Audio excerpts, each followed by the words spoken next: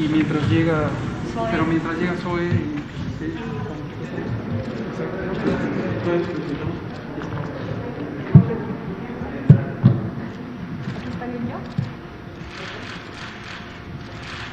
Muy buenas tardes. Buenas Ahí, tardes. siéntense. Muy buenas tardes. Hoy es 1 de octubre, son las 19 horas con 1 minuto y vamos a iniciar la conferencia de prensa diaria sobre COVID-19, la pandemia causada por el coronavirus SARS-CoV-2. Estamos en el Palacio Nacional, en México, en la Ciudad de México, y hoy voy a presentar yo el informe técnico, que lo haré de manera breve, para después dar paso al tema principal, que conducirá la doctora Miriam Veras Godoy, quien es la directora general del Centro Nacional para la Salud de la Infancia y la Adolescencia, centro que tiene a su cargo el Programa Nacional de Vacunación, incluyendo la vacunación contra la influenza. Y en este momento vamos a tener lo siguiente, que lo comento. La doctora nos va a explicar cuáles son las indicaciones de la vacunación contra influenza, cómo funciona el programa, específicamente es un programa que se estableció en 2007 como un programa de vacunación pública. Nos especificará por qué se ha definido así y cuáles son los grupos de riesgo a los que se debe aplicar la vacuna, cuántas vacunas se han comprado, etcétera, etcétera, etcétera. Doctora, muy bienvenida. También nos acompañan nuestros compañeros de las instituciones del sector salud. Aquí me estoy enterando en este instante, nos iba a acompañar nuestro querido amigo, el director del IMSS, el maestro Zoe Robledo Aburto, y ya me está mandando un mensaje de que está en una reunión con los papás y mamás de los niños con cáncer y posiblemente se retrasará. Es posible que nos alcance un poco más tarde, pero de momento no. Sin embargo, las instituciones están perfectamente bien representadas. Me voy de allá para acá por la doctora Gisela Lara Saldaña, quien, como saben ustedes, es la titular del programa IMSS Bienestar, el programa para población no asegurada, que fue establecido hace 41 años y que ella coordina y ya nos ha explicado muchas veces en qué consiste. También está el doctor Ramiro López Elizalde, quien es el director médico del ISSSTE, del Instituto de Seguridad y Servicios Sociales de los Trabajadores del Estado. Bienvenidos, Gisela, Ramiro. Y el doctor Rodolfo Lehmann Mendoza, quien es el director o gerente de los servicios médicos de Petróleos Mexicanos. Me dice el maestro Zoe que de todos nos viene en camino. En cuanto se integre, pues le daremos la bienvenida. Y también aprovecho para agradecer desde el inicio, verán ustedes aquí un puesto de vacunación, y a nuestras compañeras enfermeras y enfermeros que nos hacen favor de apoyarnos para este arranque. Ellas y él son trabajadores de los servicios de salud de la Ciudad de México. Le agradecemos también a la doctora Oliva López Arellano, la titular y secretaria de Salud de la Ciudad de México, querida amiga y salubrista ejemplar, y también, por supuesto, a la doctora Claudia Sheinbaum, quien es la jefa de gobierno de la Ciudad de México. ¿Cómo? Del sector. No solamente de la Ciudad de México, que vienen de todo el sector, no solamente del sector salud. Ahí ya estoy viendo los logotipos de Pemex. Muchas gracias. ¿Y por qué ponemos el puesto de vacunación? Porque es una demostración, no tiene mucha complejidad, pero de la importancia de vacunarse, pero esto lo platicaremos cuando la doctora Veras presente. Me permuto en presentador del informe técnico y empezamos recordando un par de cosas no relacionadas con la influenza, no relacionadas con el COVID, pero sí relacionadas con el mes de octubre. La primera es, verán que portamos todas y todos un listón rosa. Este listón rosa es ya un emblema del mes de la salud de la mujer, que es el mes de octubre, en particular en el énfasis en la prevención del cáncer de mama. El cáncer de mama es una de las lesiones o de las enfermedades malignas que causa mayor pérdida de vida en la mujer, es la primera causa de muerte por cáncer en las mujeres en México y en muchas partes del mundo, y existen programas preventivos que se basan en la detección temprana de lesiones malignas. Lesiones malignas nos referimos a tumores. Y hay dos intervenciones de tamizaje que son extraordinariamente importantes y no quisiera que empezáramos el mes de la salud de la mujer sin mencionarlas, aunque vamos a tener una sesión específica y vendrá la doctora Carla Berdichevsky a comentarnos del programa. Lo primero es la autoexploración mamaria. Todas las mujeres es muy recomendable que se revisen las mamas de manera periódica, deseablemente cada mes, en búsqueda de lesiones que pudieran ser sospechosas. Las lesiones sospechosas son pequeñas bolitas, pequeñas zonas de endurecimiento que pudiera haber en la glándula mamaria de cualquiera de los dos lados. Hay una técnica específica y vamos a hacer un esfuerzo adicional por hacer la promoción de la salud para que todas las mujeres conozcan cuál es esta técnica. No es difícil y se puede aprender fácilmente y puede ayudar a detectar tempranamente lesiones. Y lo segundo es la realización de la mastografía o mamografía. Es un estudio radiológico que se realiza a partir de los 40 años de la vida y se hace periódicamente de acuerdo a un esquema de riesgo que se ha estandarizado en el mundo y también en México. Ya hablaremos de ello, pero es para recordar la importancia de la salud de las mujeres durante el mes de octubre, y veremos listones rosas y fuentes con iluminación rosa. El propio edificio de la Secretaría de Salud lo vamos a iluminar de rosa, como lo hacemos cada año, para recordar la importancia de la salud de las mujeres. Vámonos al comunicado técnico. Antes, si me pasan a Susana a distancia, que ya la había visto recordándonos la cortinilla que estaba al inicio. Aquí está Susana a distancia, y Susana a distancia hoy nos recuerda de vacunarnos contra la influenza, pero aquí está, maestro Zoe Robledo, bienvenido, el director general del Instituto Mexicano del Seguro Social y el director de prestaciones médicas, el doctor Víctor Hugo Borja Aburto. Bienvenido, Víctor Hugo. Aquí está Susana a distancia con su correspondiente cubrebocas, también portando ya ropa de invierno, un poco más protegida contra el frío. Quizá más adelante le pondremos una chamarrita porque todavía la veo muy descubierta, pero empiezan los fríos, empiezan los frentes fríos y vamos a tener un invierno que, de acuerdo con las estimaciones del Servicio Meteorológico Nacional y de la Coordinación General de Protección Civil, podría ser más frío o con una mayor frecuencia de frentes fríos. El frío puede contribuir por varios mecanismos que alguna vez hemos comentado a la facilidad con la que pueden ocurrir las enfermedades respiratorias, y esto incluye influenza, incluye COVID, incluye múltiples infecciones respiratorias. Entonces hay que mantenernos tapados. También vamos a hacer una campaña durante el invierno de la prevención de infecciones respiratorias. Pero nos recuerda de vacunarnos contra la influenza, que empezamos hoy. Hoy empieza oficialmente la campaña de vacunación contra la influenza. Ahora sí, vamos a ver el informe técnico. Y en 124 días de la nueva normalidad seguimos con el proceso del semáforo. Estamos en la semana 40 del año. Vamos a pasar a la siguiente.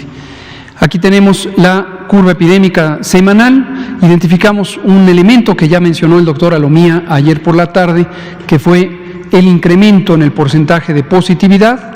Esto no es agradable en la medida en que habíamos tenido un descenso continuo desde la última semana de julio, la semana 29, que llegamos al 57% de positividad y había llegado a 38% y tuvo un pequeño desplazamiento en reversa, incrementó el porcentaje de positividad, que ya dijimos es cuántas personas que tienen síndrome COVID, fiebre, tos, dolor de garganta, dolor de cabeza o las manifestaciones graves, y se les toma una muestra para diagnóstico por laboratorio, cuántas de ellas resultan positivas al virus SARS-CoV-2. ¿Cuántas? 4 de cada 10. En este momento 4 de cada 10 en la semana 38, que es el corte de información de hace 2 semanas. Lo que se ve todavía en la siguiente diapositiva es que hemos continuado ya 9 semanas, si llegamos a este sábado con descenso o incluso una meseta, un cambio cero en la frecuencia de casos semanales, seguiremos en una tendencia de 9 semanas en descenso. La semana abrió con menos 10, como suele ocurrir, se va borrando esta diferencia en la medida en que llegan datos que actualizan la información, pero el cierre de la semana 38 ocurrirá este sábado, pasado mañana. Si llegamos a alguna reducción, seguirá la tendencia. 5% de los casos son de los últimos 15 días. La mortalidad también va en descenso entre la semana 37 y la 38. De acuerdo con los datos de ahorita, tenemos un descenso de un poco más de la tercera parte. La siguiente. Finalmente, la ocupación hospitalaria ha tenido pocos cambios, de repente ha habido un incremento, como es el caso de Nuevo León, que regresa a tener porcentajes de ocupación hospitalaria de camas generales destinadas al síndrome COVID, a infección respiratoria aguda grave, arriba del 50%. Recordarán que ya habíamos mencionado que ninguna entidad federativa tenía arriba del 50%, pues en este momento Nuevo León tiene 52%. Como verán, esto es cambiante. La siguiente es la ocupación de las camas destinadas a pacientes críticamente enfermos, camas con ventilador, 23%. Esta cifra no ha cambiado a lo largo de la semana, pero subió también en Colima un poco, pero sin llegar al 50% la ocupación hospitalaria. Cierro el informe técnico comentando la advertencia que hemos hecho desde hace muchas semanas en el verano. Es algo que no queremos que ocurra, es algo que deseamos que no ocurra, pero puede ser parte de la realidad. Y consiste en que con el inicio de la temporada de influenza, que es seguro que vamos a tener temporada de influenza, casos de influenza, y cada día se van a ir encontrando ustedes que vamos a tener más casos de influenza. Vamos a incorporar un informe técnico de la influenza al informe COVID de todos los días y vamos a ir viendo cómo va incrementando hasta posiblemente diciembre o enero, donde habitualmente se presenta el punto máximo y después empieza a descender. No se queden con la idea que esto es una indicación específica sobre la fecha de ocurrencia del punto máximo de la ocurrencia de casos de influenza. Estos varían, a veces en noviembre se encuentra el punto máximo, a veces hasta febrero se presenta el punto máximo. Esto varía de año a año y no existen parámetros que nos permitan establecer con certidumbre en qué momento vamos a llegar al punto máximo. Pero sin duda a mitad del invierno ocurrirá. Cuando esto ocurra, es posible, y esta es la advertencia que volvemos a hacer y la hemos hecho por muchas semanas ya, es posible que también tengamos un repunte de los casos de COVID. Es posible que esto ocurra. ¿Por qué razón es posible? Porque está ocurriendo en todo el hemisferio norte, porque desde el verano, desde el mes de junio, existían predicciones en múltiples países y también la Organización Mundial de la Salud de que, dado que COVID, aunque lo causa un virus diferente al de la influenza, se comporta en términos de la infección, de la vía de transmisión y de las manifestaciones clínicas y de la dinámica de contagios muy parecido a la influenza, es muy probable que se presente también un repunte. Este repunte, ya lo hemos ilustrado, está claramente ocurriendo en los países de Europa Occidental. Le pido a la doctora Miriam si conduce ahora la parte de influenza. Buenas tardes. Voy a presentar lo que corresponde a la vacunación contra la influenza desde dos ángulos fundamentales, que tienen que ver con qué es lo que vamos a hacer como instituciones de salud, pero también tratar de resolver algunas de las preguntas que nos hacen ustedes frecuentemente en esta situación. ¿Sí me dan la siguiente, por favor? Bien, una de las situaciones que la población ha identificado es que la vacunación contra la influenza es anual. Quisiera enfatizar que no es anual. Hacen cara de ¿por qué? Bueno, porque es cada temporada invernal. Y esto es muy importante resaltarlo, toda vez que nosotros estuvimos vacunando en enero, febrero y marzo. Entonces, es necesario que la población que se vacunó en esos meses acuda a vacunarse en esta temporada invernal. ¿Por qué? Porque como lo mostramos aquí en la diapositiva, las características generales de la vacuna cambian. Aquí estamos viendo que la vacuna es una vacuna trivalente, que tiene 2 virus de tipo A y 2 virus de tipo B, bueno, antígenos, no los virus, Pero si ven, no quiero que los lean a detalle, pero si ven la composición va cambiando. Esto tiene que ver con que a nivel mundial hay puntos en donde se está monitoreando qué tipo de virus está circulando y con base en eso la Organización Mundial de la Salud en febrero emite cuáles son las características de la vacuna para el hemisferio norte. Entonces, por favor, toda la población que se haya vacunado, que lo haya hecho muy bien y se haya vacunado la temporada anterior pasada, es necesario que acuda a vacunarse. Ahora bien, nosotros tenemos, si me dan la siguiente, otra de las situaciones es quiénes son los que se van a vacunar. Estamos acostumbrados a trabajar vacunación universal y en realidad es una vacunación universal pero a ciertos grupos, o sea, tenemos que cubrir a toda la población de esos grupos. ¿Cuáles son esas poblaciones? La población blanco, que tiene que ver al 100% de la población de 6 a 59 meses, o sea, de 6 meses a menores de 5 años, la población de 60 y más años, embarazadas, no importa si hoy les dijeron el feliz diagnóstico de embarazo, perfecto, mañana que se acudan a vacunar, por favor, no importa la edad gestacional, y los trabajadores de salud. Ya hemos hablado mucho, ese aplauso que le hemos dado a todos los trabajadores de salud de primera línea. En este caso es muy importante que el personal de salud se vacune porque, pues, primeramente son los que nos están ayudando a la población a atendernos y por otro lado también puede ser vehículos para la infección. La siguiente, por favor.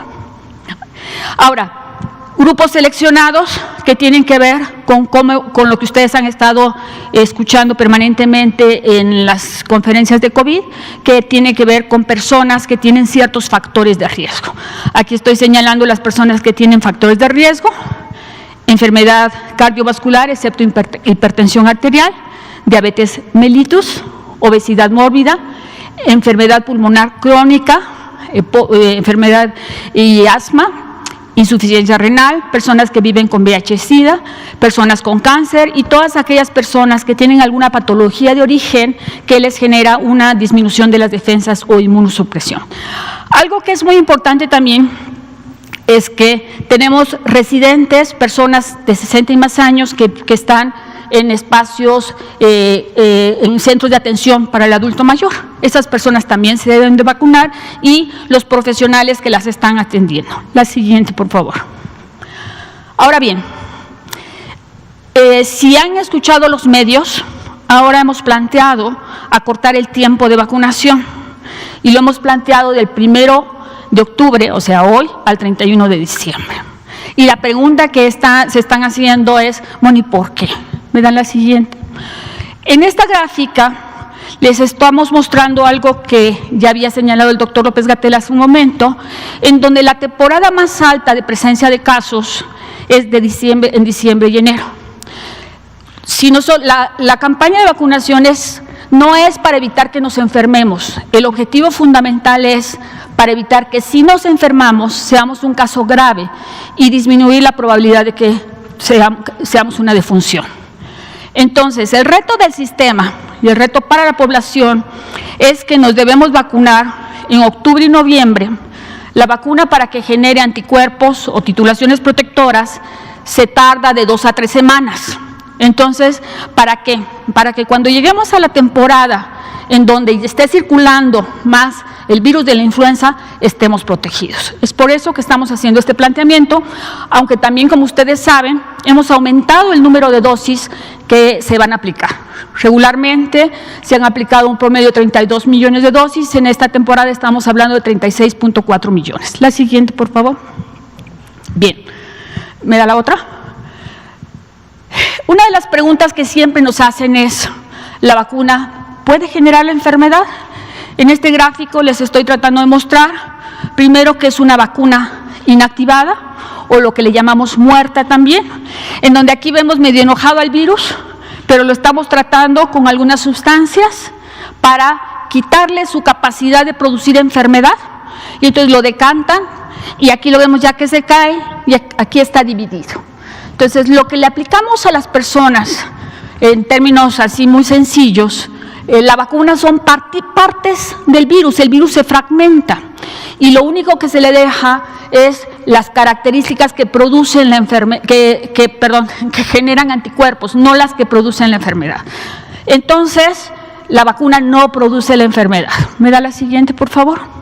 Yo sé que muchos de ustedes están diciendo, pero como que no, eso no es tan cierto, porque yo me vacuné o se vacunó mi abuelito, o hace 3 años le dio un gripón o le dio una neumonía. Bueno, esta diapo tenía animación, pero quisiera mostrarles. Piensen que cada uno de estos puntos anaranjados es el punto máximo en donde hay casos de problemas respiratorios, ¿no? Influenza o cualquier otro tipo de enfermedad respiratoria como COVID. Y bueno, regularmente en enero, febrero y marzo hay un alza, pero también noviembre y diciembre. Entonces, esos van a ser casos. Ahora, si nos vacunamos ahorita en octubre, todos estos van a ser casos, porque les acabo de decir que la vacuna produce inmunidad de 2 a 3 semanas. Entonces, ¿qué pasa? Si se vacunaron en octubre y a los 3 días presenta un problema respiratorio, ¿qué pensamos? No, pues es la vacuna, pero no es la vacuna. El proceso, nosotros ya traíamos incubado el problema de salud y por eso presentamos un problema respiratorio, pero no es la vacuna. La vacuna no produce, no tiene ninguna posibilidad de producir síntomas respiratorios o enfermedades respiratorias. La que sigue, por favor. ¿Me dan la siguiente? Pregunta, y aquí me faltó colocarles COVID. Si alguna persona se enfermó ya de influenza en esta temporada invernal o en la interestacionalidad, ¿se debe vacunar? ¿Me da la siguiente? Sí. ¿Por qué? Bueno, porque hay muchos virus de la influenza. Del virus de la influenza tipo A hay 18 subtipos de hemaglutinina y 11 subtipos de neuraminidasa, que son las proteínas que nos van a estar generando la enfermedad. Además, los virus de la influenza B no se dividen en subtipos, pero pueden dividirse en líneas. Entonces, hay otros más. Entonces, si tenemos diagnóstico de influenza, sí debemos de vacunarnos de todas formas, por favor. La que sigue, por favor. Bien. La pregunta también, ¿la vacuna evita el 100% de los casos? Ya se los dije, ya me adelanté. ¿Me da la siguiente, por favor? Y bueno, la verdad es que no. La vacuna no es para evitar enfermedad. La vacuna es para que si una vez que me enferme, tengo mayor probabilidad de ser caso grave y desafortunadamente morir. Por eso es que la focalizamos a grupos de riesgo. De tal forma que no pensemos que nos vacunamos y tenemos una escafandra, sino que tenemos que seguir las medidas de sana distancia. Entonces tenemos que evitar el saludo de mano beso, tenemos que evitar tocarnos la nariz o la boca, lavado frecuente de manos. ¿Les suena mucho esto, no? Porque esto ya es lo que venimos haciendo con la sana distancia. Entonces tenemos que acostumbrarnos a la nueva normalidad. La que sigue, la última es no automedicarse. Y por último, ya el doctor López-Gatell se me adelantó y ya presentó una imagen de su sana distancia, pero bueno, de eso sí, pero aquí tenemos otro material promocional que va a estar circulando en redes sociales y que ponemos a disposición de todos ustedes. Muchas gracias. Gracias, doctora Veras.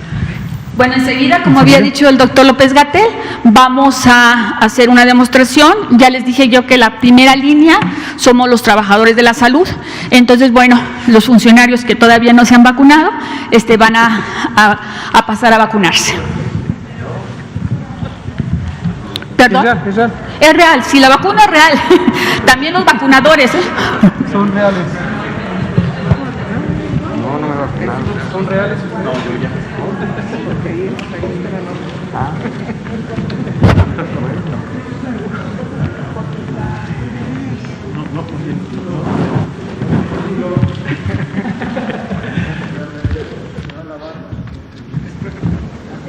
Yo vengo preparada.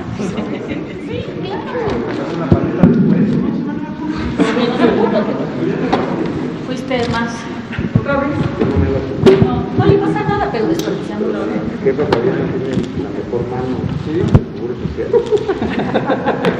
Aquí están todos mis colegas. Muchas gracias.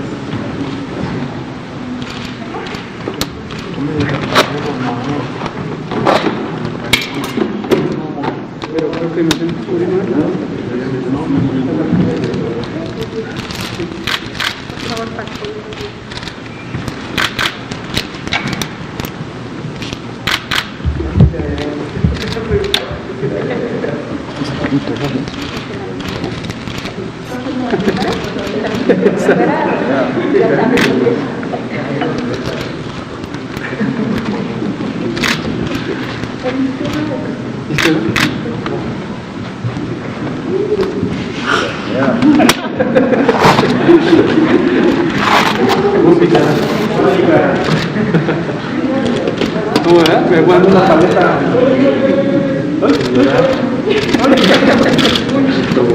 Oh, se toca. Es cierto, dan penitas,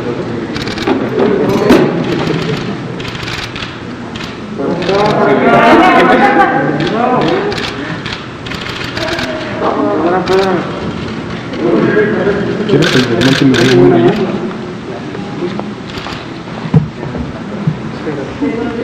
Gracias. No duele.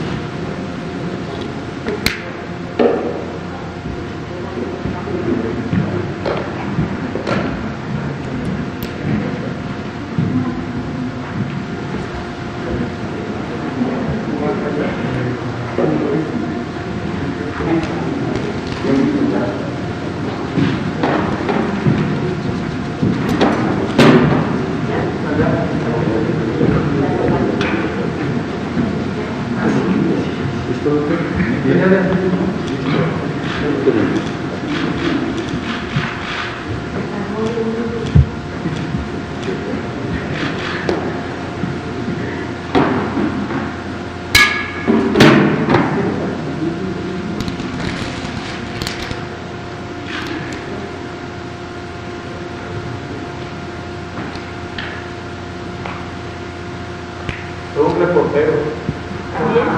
Factores de riesgo, porque están con los médicos, están metiendo a los hospitales.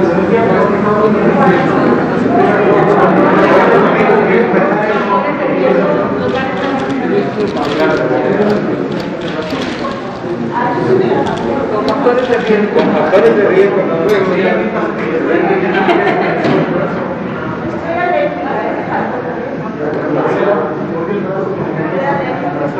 embarazadas, alguna embarazada.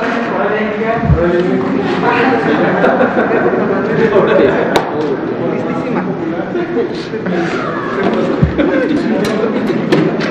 Voy a volver para otro lado. Entonces, ¿eso se hace su saquito?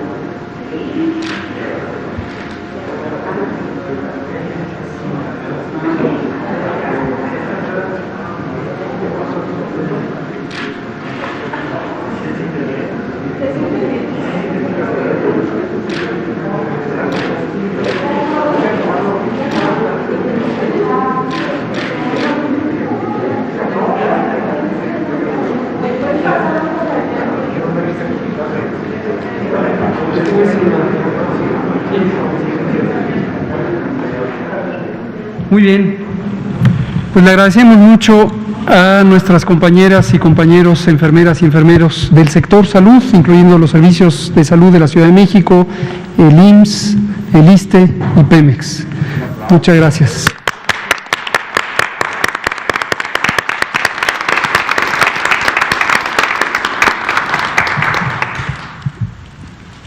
Vamos a abrir entonces a preguntas y comentarios. Liliana Noble de Pulso Saludable, Juan Carlos Machorro, Tilia Carvajal. Vámonos, hay tiempo.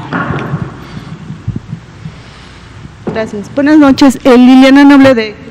¿Se oye? Sí, ¿verdad? Ah, sí. Liliana Noble de Pulso Saludable. Doctor Gatter, quisiera saber por qué el año pasado solo fueron cerca de 32 millones y hoy se incrementan como por casi 5 millones más. ¿A qué se debe este incremento? Y doctor Zoe, nos acaban de decir que usted está en una reunión con los padres de los niños con cáncer.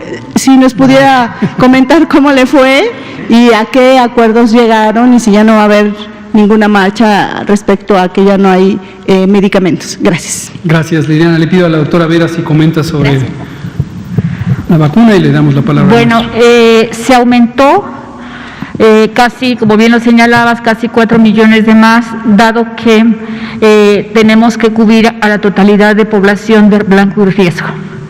En las etapas anteriores, las metas se calculaban fundamentalmente con la disponibilidad de vacuna. Estamos queriendo llegar a todo el universo de la población de riesgo y blanco. Todavía no lo alcanzamos porque estamos en negociaciones para el año que entra a cubrir a todos. Y un punto importante, el que nos dice por qué no llegamos al grupo de riesgo y blanco. Regularmente las cifras que ustedes han visto de años anteriores se logra 94, 95% de la meta. Sin embargo, en la temporada invernal anterior, el 94% de las defunciones por influenza fueron en personas no vacunadas y que estaban en grupo de riesgo. Entonces, nuestro reto es tirar exactamente, vacunar a la población que debemos vacunar. Entonces, bueno, es un reto muy grande, se acorta el tiempo, se aumentan las dosis y vamos a buscar a los grupos blanco y riesgo. Gracias. Maestro Zoe Robledo. Claro que sí, con mucho gusto. Buenas tardes a todas y a todos. Efectivamente, como todos los jueves a las 6 de la tarde, es una reunión permanente que tenemos con mamás y papás de niñas y de niños con cáncer que se atienden en el Seguro Social. Desde el día jueves 10 de septiembre, el 17, el 24 y hoy hemos estado de manera permanente a partir de los primeros acuerdos que tomamos. La reunión está en este momento, todavía sigue, platiqué con ellos y les expliqué que venía para acá. Hoy estábamos viendo 3 temas fundamentales. Uno, el modelo de Oncocrean que tiene el Seguro Social, particularmente el Hospital de Pediatría de Centro Médico Nacional Siglo XXI. Es un modelo que ha empezado que existe ya en Tepic, en La Paz, en Tapachula y en Coatzacoalcos, Veracruz, en donde se hacen centros de referencia en hospitales de segundo nivel para atender ciertos tipos de cáncer, sobre todo los que son más frecuentes y que se pueden atender ahí sin necesidad de trasladar a los niños a Centro Médico Nacional, para que entonces los casos más complicados sean los que vengan a siglo XXI. Y es algo que estamos intentando crecer para todos los hospitales de alta especialidad y empezar a crecerlo por toda la República. También estábamos viendo cómo va un elemento del que se ha hablado poco, que es el permiso que da el Seguro Social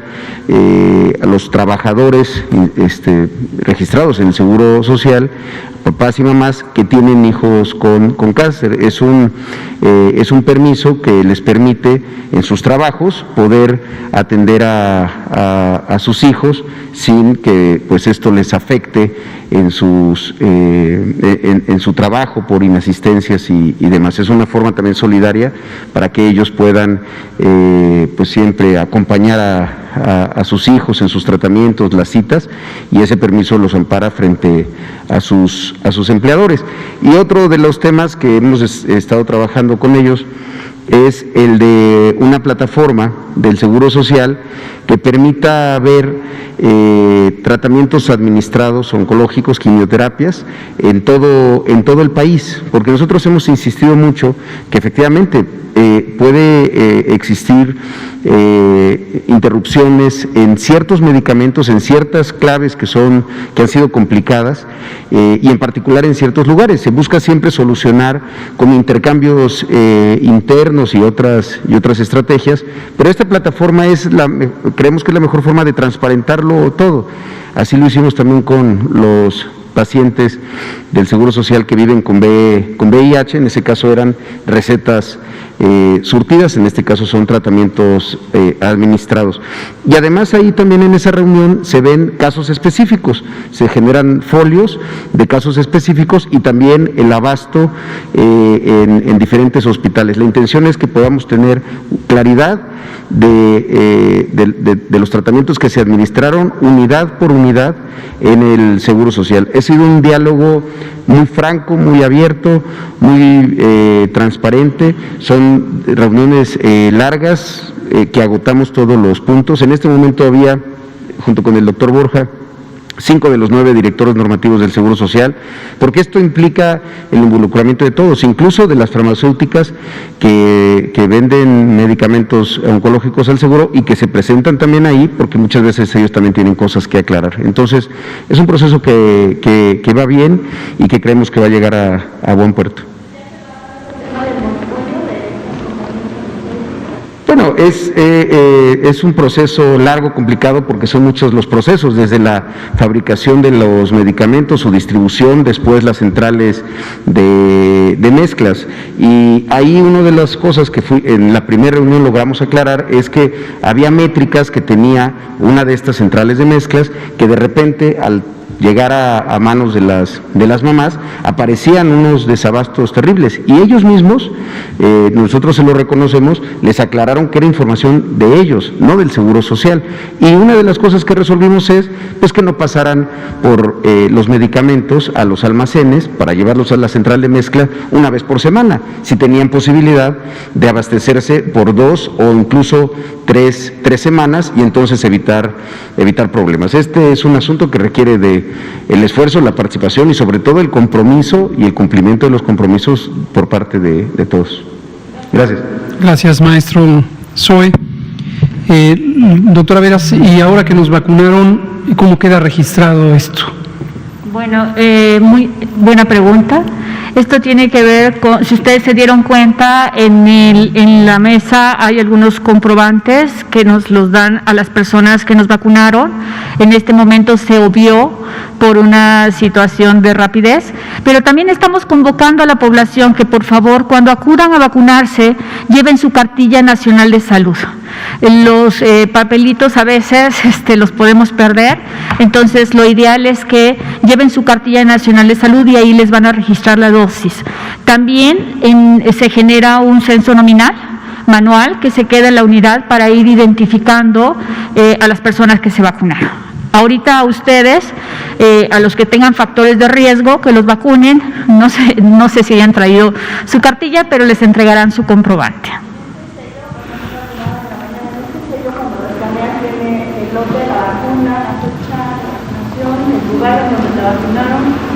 Y viene el mes en el que te vacunaron.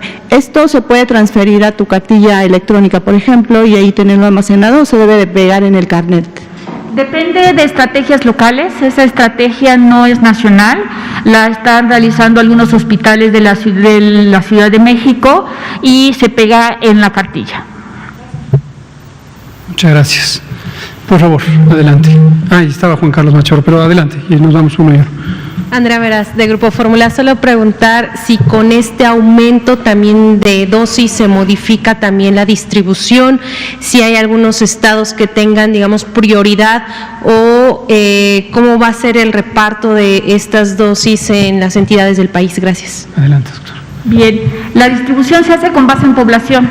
No es que haya estados prioritarios a los que les damos más o a los que les damos menos, sino que tiene que ver con la población que tiene y con la probabilidad que tiene de tener casos, personas con enfermedades de riesgo, con daños a la salud de riesgo. ¿Nos podría decir cuáles son esas entidades con mayor población? Las entidades que tienen mayor población es el Estado de México, la Ciudad de México, sí, son las que tienen mayor población, pero depende de lo que traemos en los cálculos de población de CONAPO.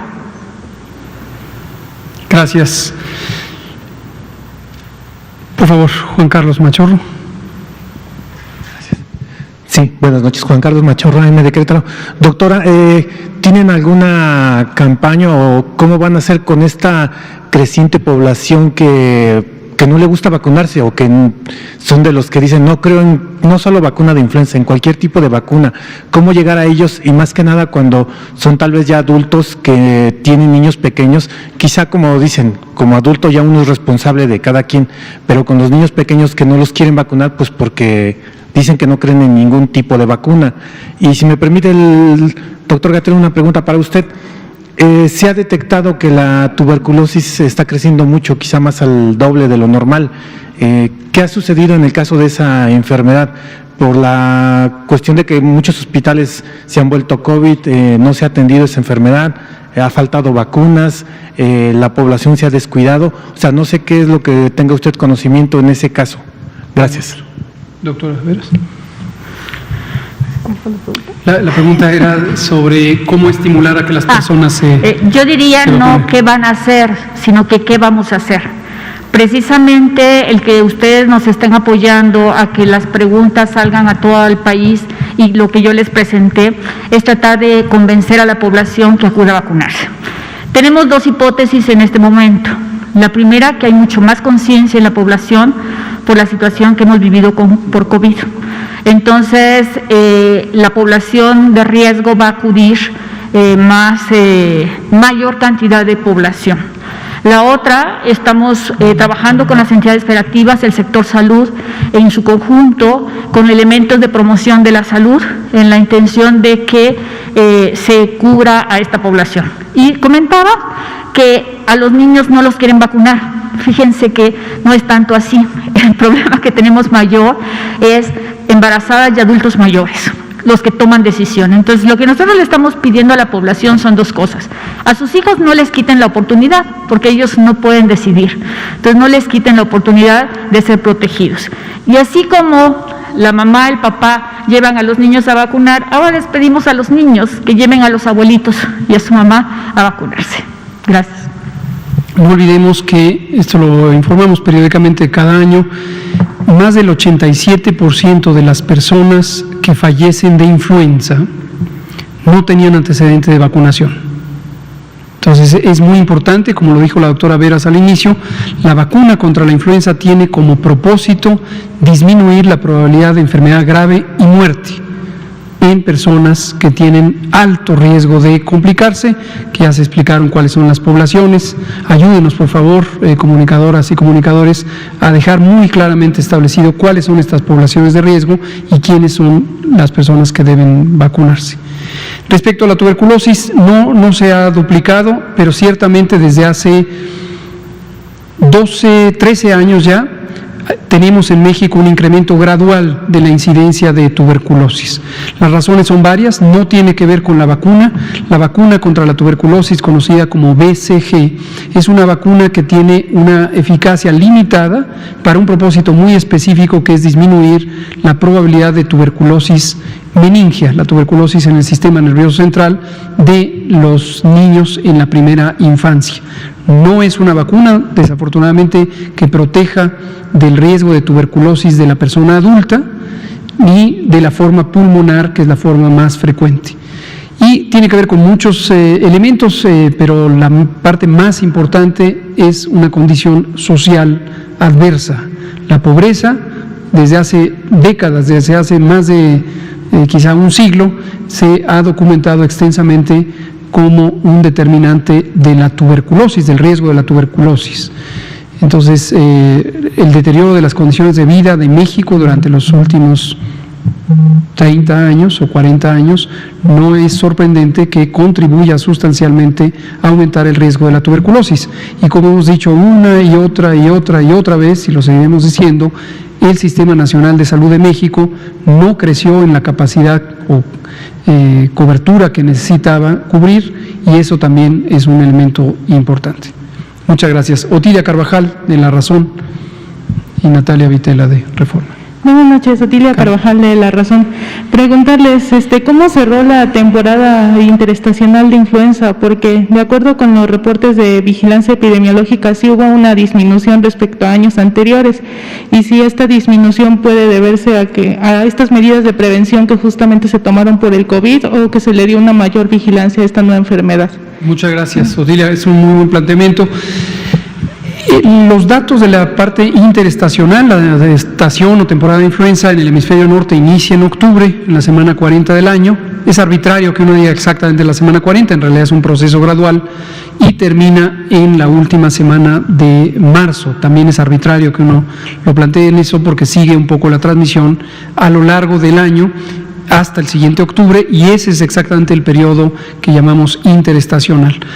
Ha llamado la atención de la comunidad de salud pública del mundo que en el hemisferio sur se tuvo una menor intensidad de la temporada de influenza. En el hemisferio sur ocurre la temporada de influenza contrapuesta, 6 meses con respecto a la del hemisferio norte. ¿Por qué razón? Porque cuando allá es invierno, aquí estamos en la temporada cálida. Y lo que observamos fue que tuvimos en el hemisferio sur, los países del hemisferio sur, menor transmisión. Una de las hipótesis muy posible, muy plausible, es que las acciones de prevención de COVID en los países del hemisferio sur coincidió con la temporada de influenza, y dado que el mecanismo de transmisión es el mismo, a través de partículas líquidas de la vía respiratoria, gotas, gotículas y aerosoles, contribuyó a disminuir la transmisión de influenza. Desafortunadamente para el hemisferio norte no ocurre en esa sincronía, y es posible que tengamos menos transmisión en la medida en que estemos con las medidas de sana distancia para seguir controlando el COVID, pero hay que mantenerlas constantemente. Y otra pregunta, sobre esta reunión que tuvo con el gobernador de Campeche y el secretario de Educación, mencionaron que aún no hay condiciones para fijar una fecha de regreso a clases presencial, que se deben considerar otros factores como la movilidad en los estados aledaños. Entonces, ¿qué factores tendría que haber para que haya un regreso seguro? Muchas gracias. Efectivamente, tuvimos una videoconferencia con el gobernador Aiza de Campeche, su equipo de trabajo, en particular el doctor José Luis González, secretario de Salud, y el secretario Esteban Moctezuma Barragán y su equipo de trabajo, y conversamos precisamente sobre las implicaciones epidemiológicas de una potencial reapertura del ciclo escolar en Campeche, dado que Campeche es el primer estado que, gracias a su dedicación y buenas prácticas en las medidas de prevención, ha logrado tener semáforo verde. Fue el primer estado. Eso quiere decir, semáforo verde, un menor riesgo de COVID. Sin embargo, el gobernador Aiza fue claro en identificar que no quieren sacrificar el éxito por una apertura demasiado temprana. Escuchamos mucho y con gran atención sus argumentos de él y de su equipo de trabajo. Nos parecieron unos argumentos perfectamente sólidos, razonados, basados en la evidencia, basados en la constancia que ha tenido el gobernador y su equipo para manejar la epidemia en Campeche y haberla prevenido y controlado. Tanto el secretario Moctezuma y su equipo como nosotros en la Secretaría de Salud quedamos persuadidos de que convenía mantener cautela, mantener prudencia, y que se ganaba más si somos prudentes que si anticipamos o forzamos una apertura demasiado temprana de las escuelas en Campeche. Lo que decidimos es mantener la observación durante los 15 días que dura el semáforo COVID, que inició la nueva calificación en esta semana 40, y hasta la semana 42 identificar cuál es la tendencia. Si la tendencia sigue siendo a la reducción de los indicadores, de los valores de los indicadores de control epidémico, quizá empezaríamos a entusiasmarnos por una apertura del ciclo escolar. De lo contrario, nos mantendríamos todavía en la recomendación de que no se abra. Uno de los factores importantes efectivamente tiene que ver con la movilidad interestatal. La población de Campeche tiene movilidad hacia Tabasco, hacia Mérida, y también otro elemento es precisamente el inicio de la temporada de influenza y la predicción que existe para todo el hemisferio norte de que al tiempo que aumenta la influenza, los casos de influenza, podría aumentar COVID. Entonces no queremos correr ningún riesgo. Le agradecemos nuevamente al gobernador Aiza y a su equipo por el excelente trabajo que han hecho, su gran sentido de responsabilidad, y respaldamos sus acciones. Muchas gracias. Natalia Vitela, Grupo Reforma. Gracias, buenas noches. Bueno, primero quiero preguntar cuál es la inversión del gobierno en las vacunas contra la influenza. Creció de, entiendo, 32 millones a 36 millones. ¿Y qué van a hacer diferente en esta administración o en esta temporada específicamente para lograr vacunar a la mayor parte de la población en diciembre? Lo que entiendo es que temporadas pasadas se terminan de vacunar marzo, abril, y cómo lograr acortar este tiempo. Y por otro lado, también le quería preguntar al maestro Zoe, se siguen llevando a cabo las pláticas y las reuniones, pero aún así también sigue habiendo protestas, pues por lo menos una vez a la semana, con respecto al desabasto de medicamentos. Gracias. Gracias. Doctora Veras, si nos comenta. Bueno, con relación a la inversión solo en vacunas, sin considerar todos los materiales y la parte operativa, el sector salud gastamos en promedio un poco más de 1.800 millones de pesos en esta ocasión. ¿Qué es lo que vamos a hacer? Pues felicitar y agradecer a los estados que están haciendo lo propio y armando la estrategia operativa para poder alcanzar a los grupos que hemos señalado. Como señalaba en mi presentación, vamos a trabajar con visita dirigida a centros donde está la población de riesgo y pedirle mucho a la población en general que no se espere a que vayan a sus casas. Es muy común que cuando llegan los vacunadores ya en las etapas finales le dicen, pues es que no me habían venido a vacunar, y hasta les reclaman. Entonces pedirle a la población, por favor, que siguiendo los principios de sana distancia, acuda a la unidad de salud más cercana. Por otro lado, también las entidades federativas la mayoría de las entidades federativas tienen teléfonos y elementos de las redes sociales para estarle informando a la población en dónde están las vacunas y cuáles son, resolverles dudas. Estaremos el día de mañana subiendo a la página web del CENSIA, del Centro Nacional para la Salud de la Infancia, esta información, y cada una de las entidades federativas pedirle por favor a la población que busque de las redes sociales o las páginas de los gobiernos de los estados. Ahí está la información para que los orienten y que acudan. Gracias. Gracias, maestro Zoe. Nosotros siempre hemos manifestado el respeto de las personas a los diferentes tipos de manifestaciones y desde luego que oímos todos los casos y los atendemos. Estas reuniones de los jueves justamente lo que buscan es que en el Seguro Social con su servidor y los directores de diferentes áreas se vayan resolviendo los casos. Incluso las madres, muchas de ellas que sus hijos se tienen en la raza, son de verdad admirables porque están también buscando cómo ayudar a otras mamás, incluso de otros estados. Y así es como se llevan casos específicos de Tamaulipas, de Veracruz, de cualquier otro lugar. Y estamos buscando que ese sea el mecanismo de diálogo y de solución. Le pongo un ejemplo. El día de hoy hubo una manifestación de algunos padres allá en Baja California, en Tijuana, en un hospital del Seguro Social. También hay diferentes manifestaciones de diferentes instituciones y lo vemos también de manera sectorial. Pero en ese caso de Tijuana, justo uno de los elementos que más funciona para resolver los problemas es la transparencia. Y ahí nos estaba manifestando la empresa, la central de mezclas, que se llama SAFE, que tuvieron un problema porque no cumplieron con algunos estándares de COFEPRIS y se la cerraron. Eso es un asunto exclusivamente de la central de mezclas y que entonces está llevando medicamento de Sonora a Tijuana. Nosotros no buscamos en estas reuniones echar culpas, sino buscar soluciones entre todos. Pero cuando nos dicen las cosas y a las madres se les explican cómo está la situación, también les podemos ofrecer una respuesta y generar algo que, aunque parezca increíble, creo que es lo que estamos propiciando y es donde queremos trabajar más. Confianza. Nos pasamos mucho tiempo y dedicación de muchos funcionarios en resolver este problema. No hay indolencia jamás, pero tiene que haber confianza reconociendo cómo está la situación y cómo le estamos solucionando.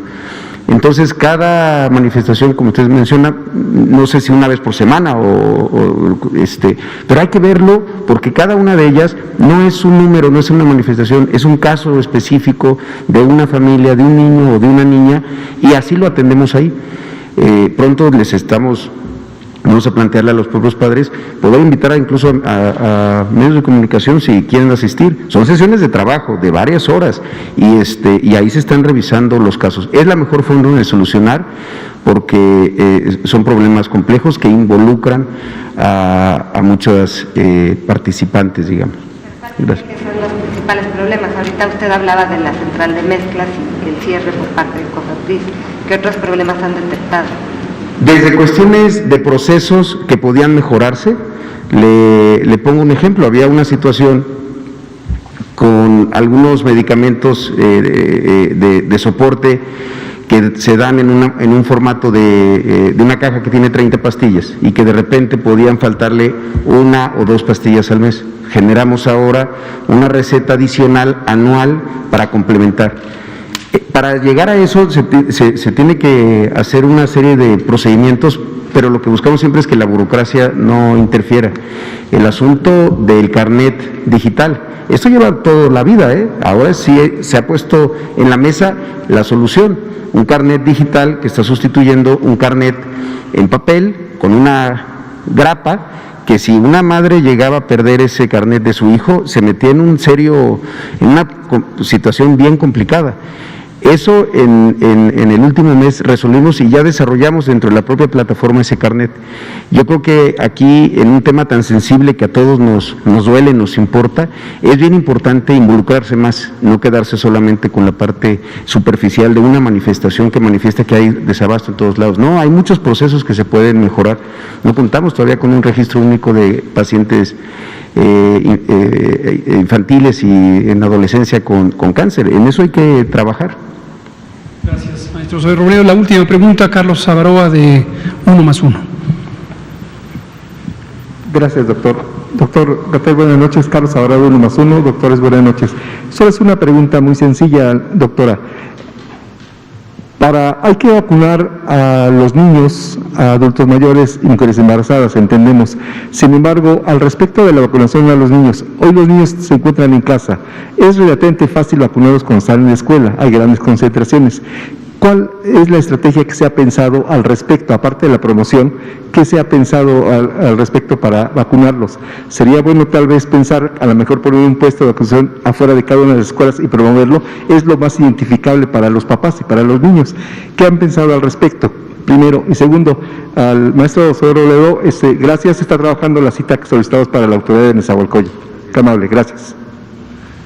Doctora Veros. Para la población que está cautiva en las instituciones de seguridad social es un poco más fácil, dado que ellos tienen forma de darle seguimiento a los derechohabientes.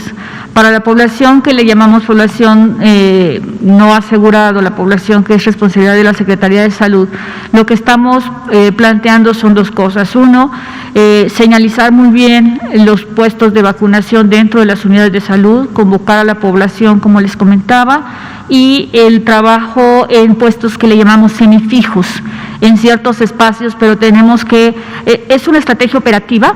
Las entidades federativas saben en qué colonias o en qué regiones la población está, y los horarios, cambios de horarios y todo esto, entonces ellos lo saben y lo que se está haciendo es usar métodos locales para poder convocar, o sea, dicho de otra forma, perifoneo y aviso de cuándo va a llegar la brigada de vacunación para que la población salga siempre, como lo hemos comentado, dentro de la nueva normalidad con la sana distancia. Y vieran qué bien se ha dado ya para fines de alinear las coberturas, porque hubo un descenso de demanda. Algunas entidades federativas están trabajando esto no para influenza, sino que para las demás vacunas, y está funcionando bien con promoción local. Muchas gracias. Maestro Zoe. Sí, bueno, efectivamente estamos hablando con el alcalde de La Rosa y pues ahí vamos trabajando. Y gracias a usted porque nos lo hizo ver aquí en 2 ocasiones en otras conferencias. Muy bien, pues muchas gracias. Gracias a nuestras compañeras y compañeros enfermeras y enfermeros. Gracias a todo el equipo del sector salud, que trabajamos muy unidos. Y hoy, jueves 1 de octubre, iniciamos la temporada de vacunación contra la influenza.